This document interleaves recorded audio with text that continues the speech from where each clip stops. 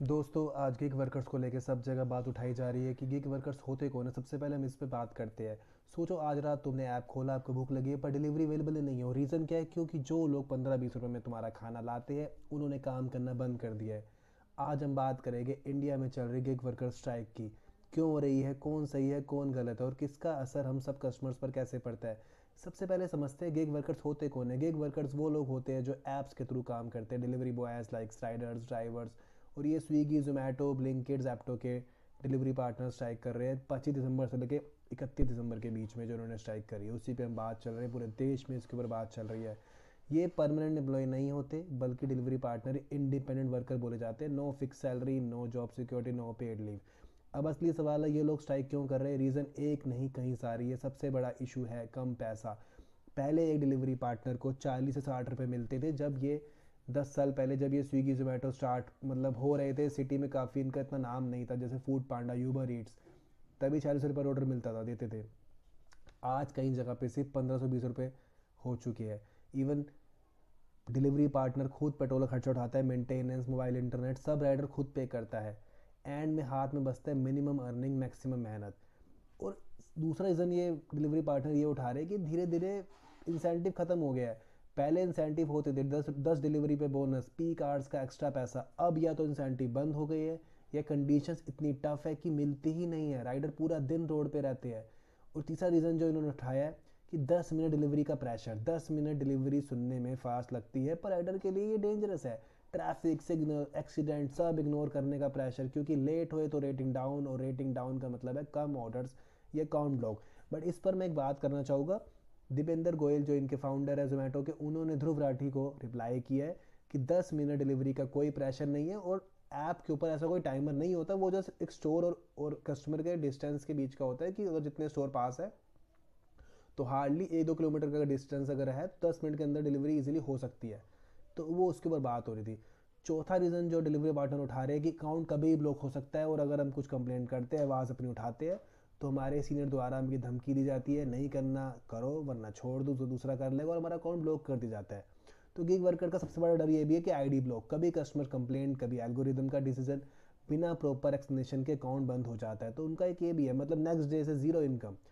अगला उन्होंने जो प्रॉब्लम उठाई है, जो इशू उनका है कि कोई सोशल सिक्योरिटी नहीं है। ये वर्कर्स एम्प्लॉय नहीं माने जाते, इसलिए हेल्थ इंश्योरेंस नहीं है, एक्सीडेंट कवर नहीं है, पेड लीव नहीं है, रिटायरमेंट बेनिफिट नहीं है। एक्सीडेंट हुआ तो खर्चा खुद को, काम नहीं किया तो पैसा नहीं। बट इसके लिए इनके फाउंडर ने बोला है कि सबका हेल्थ इंश्योरेंस बन चुका है और इस साल उन्होंने 100 करोड़ से ज़्यादा का फंड इन सब पे इंश्योरेंस पे लगाया गया है। बट कुछ गिग वर्कर्स कह रहे हैं बट हमें इंश्योरेंस नहीं मिलता। बट ये तो अब बताएंगे, आगे पता चलेगा।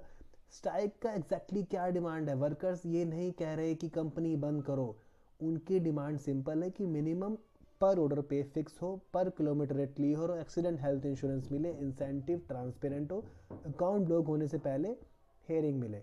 अब कस्टमर का क्या रोल है? अब सवाल आता है कि इसमें कस्टमर का क्या फ़ायदा है, नुकसान है? भाई शॉर्ट टर्म में डिलीवरी रेट तो दिक्कत, ऐप पे नॉट अवेलेबल तो दिक्कत, लॉन्ग टर्म में happy workers, better service, safer delivery, less cancellation.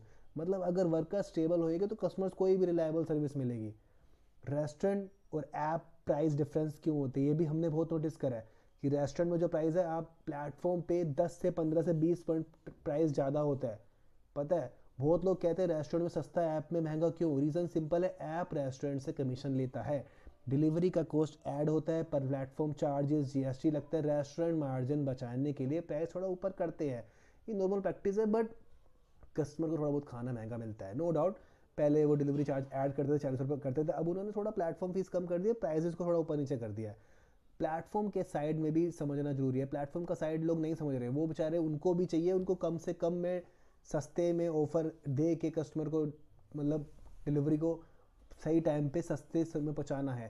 Platform जैसे स्विगी और जोमेटो ये कहते हैं हमें भी प्रॉफिट बनाना है, लॉजिस्टिक महंगी है, कंपटीशन हाई है, ये बात पार्शली सही है। बट जब प्रॉफिट का प्रेशर है सिर्फ वर्कर पे डाला जाए, वही वही से प्रॉब्लम शुरू होती है।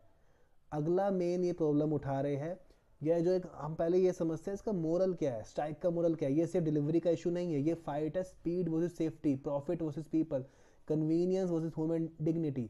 अगर हम अगर हम चाहते हैं फास्ट सर्विस भी मिले और वर्कर्स भी सेफ रहे तो बैलेंस बनाना ही पड़ेगा।